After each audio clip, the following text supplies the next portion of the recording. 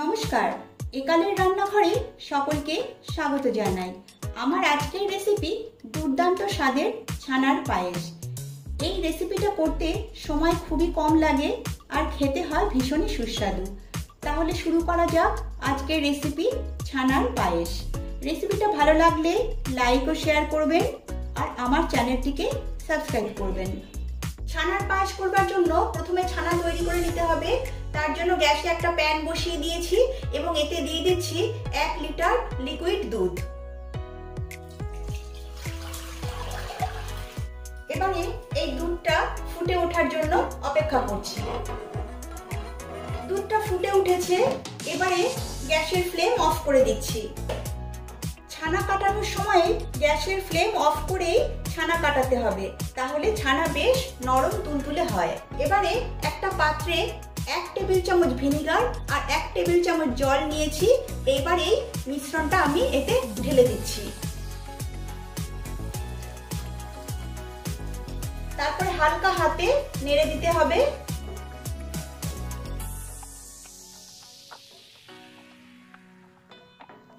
দেখুন ধীরে ধীরে দুধটা কেটে ছানায় পরিণত হয়ে গেছে।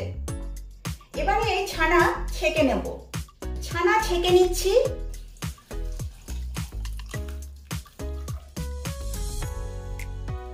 এবারে ছানা ধুয়ে নিচ্ছি। ছানা জল দিয়ে ধুয়ে নিলে ভিনিগারের টক ভাবটা চলে যাবে আর ছানার পায়েস খেতেও খুব ভালো লাগবে। বেশ ভালো করে জল দিয়ে ধুয়ে নিতে হবে।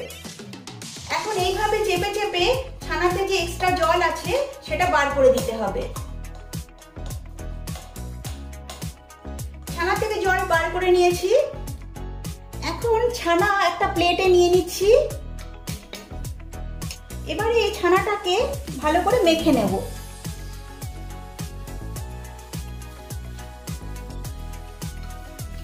ছানা কিছুক্ষণ মেখে নিয়েছি আর ছানাটা বেশ সফট হয়েছে। এবারে যাচ্ছি নেক্সট স্টেপে। এখন গ্যাসে একটা প্যান বসিয়ে দিয়েছি এবং এতে দিয়ে দিচ্ছি 1 চামচ ঘি। ঘি মেল্ট করে নেব। ঘি মেল্ট হয়ে গেছে। এবারে এতে আমি ভেজে নিচ্ছি কিছু ড্রাই ফ্রুটস। ড্রাই ফ্রুটসের মধ্যে নিয়েছি কিছু আমন্ড, কিছু কিশমিশ, কিছু কাজু আর কিছু পেস্তা কুচি। এগুলো আমি ভেজে নিচ্ছি।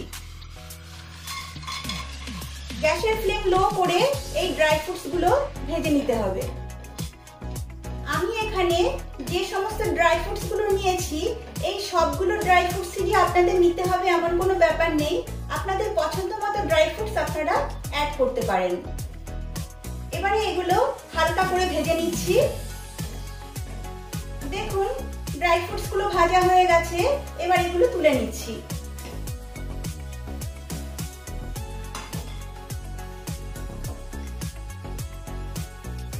এখন ওই কড়াইতেই দিয়ে দিচ্ছি 2 কাপ লিকুইড দুধ।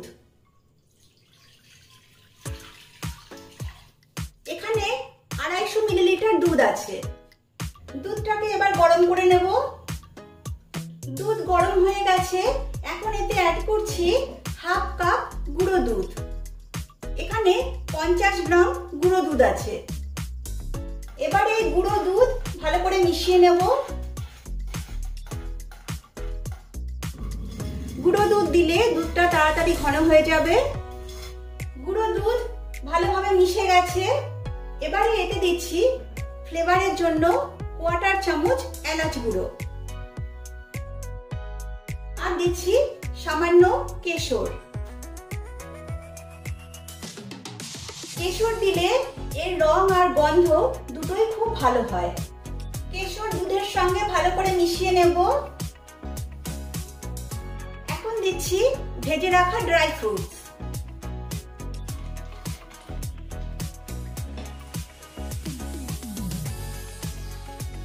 দিচ্ছি 1 পিঞ্চ লবণ।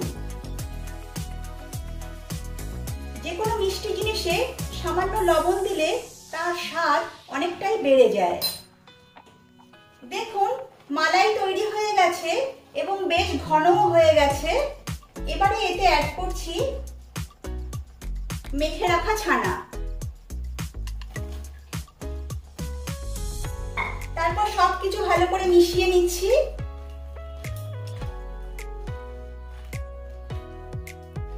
শেষে অ্যাড করছি হাফ কাপ গুঁড়ো চিনি।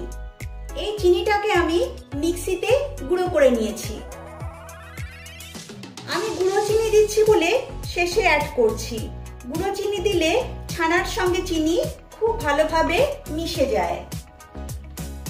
এবারে চিনি ছানার সঙ্গে খুব ভালোভাবে মিশিয়ে নেব।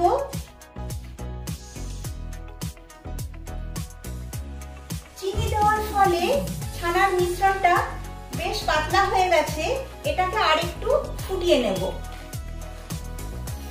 চিনি দেওয়ার পরে আরো কিছুক্ষণ ফুটিয়ে নিয়েছি।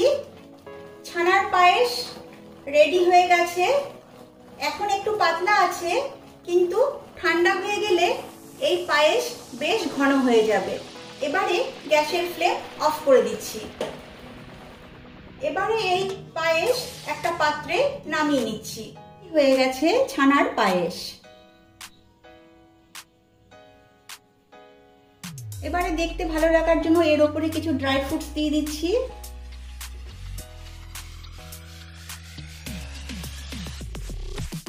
আপনারা এইভাবে ঘরে ছানার পায়েস তৈরি করুন। আশা করি সকলেরই ভালো লাগবে। ভালো লাগলে লাইক, শেয়ার ও কমেন্ট করবেন আর আমার চ্যানেলটিকে সাবস্ক্রাইব করবেন।